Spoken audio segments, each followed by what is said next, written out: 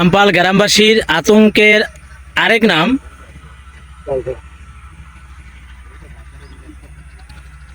হলো এই বিলটি, বগুড়ির বিল।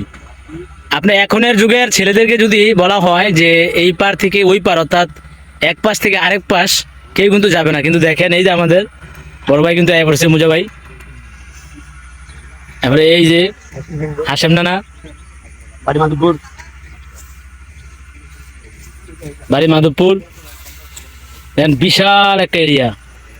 তো এই এই যে খাল খনন করতেছে, তো এই জায়গায় আমাদের 8 নং ওয়ার্ডের বর্তমান মেম্বার জনাব ছোটন কুমার সাহা ভাই পরিদর্শন করতে আসছেন।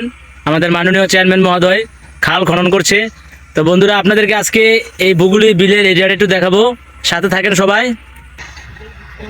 বিশাল একটা এরিয়া ভাই, দেখেন দিনে দুপুরে ভয় করে, দিনে দুপুরবেলায় ভয়। দেখেন বিশাল, এক পাশ থেকে আরেক পাশের গ্রাম কিন্তু দেখা যায় না। দেখেন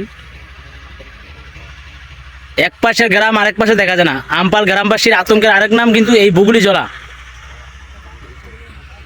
আপনারা হয়তো এই যে এগুলো গাছগুলো দেখছেন, মনে করতে পারেন যে এগুলো বাড়ি না, আসলে কিন্তু এগুলো বাড়ি না। এগুলো হয়তো আপনার পুকুরের পার, হয়তো বা কেউ প্রজেক্ট করে রেখেছে, বা গ্রামের ভাষায় একটি কথা আছে টিলা, হয়তো কেউ এখানে আপনার টিলার মতো অর্থাৎ মাটি টাল দিয়ে রেখেছে, বাড়ির মতো করে একটু ওছা করে রেখেছে। এগুলো কিন্তু কোনো বসতি নাই। দেখেন বিশাল। আপনারা যদি এই যে ক্যামেরাটা যেদিকে রয়েছে, যদি এই দিক দিয়ে একটু দেখেন, এখানে কিন্তু শেষ সীমানা চোখে পড়ে না। তো এই পাশটাও দেখেন, গাছগুলোর চিপা দিয়ে মনে হয় যে অনেক দূর, অনেক, বাস্তবে কিন্তু এটা অনেক দূর। তো সবচেয়ে আতঙ্কের যে বিলটি আমাদের ইউনিয়নে, এটি কিন্তু আপনার এই বগুড়ির এই বিল। আমরা ছোটোকাল থেকে শুনে এসেছি এই বিলকে নিয়ে, এবং এখানে কিন্তু আপনার একটি খাল খনন হচ্ছে। তো এখানে আসছিলাম, বিশাল, দেখেন বিশাল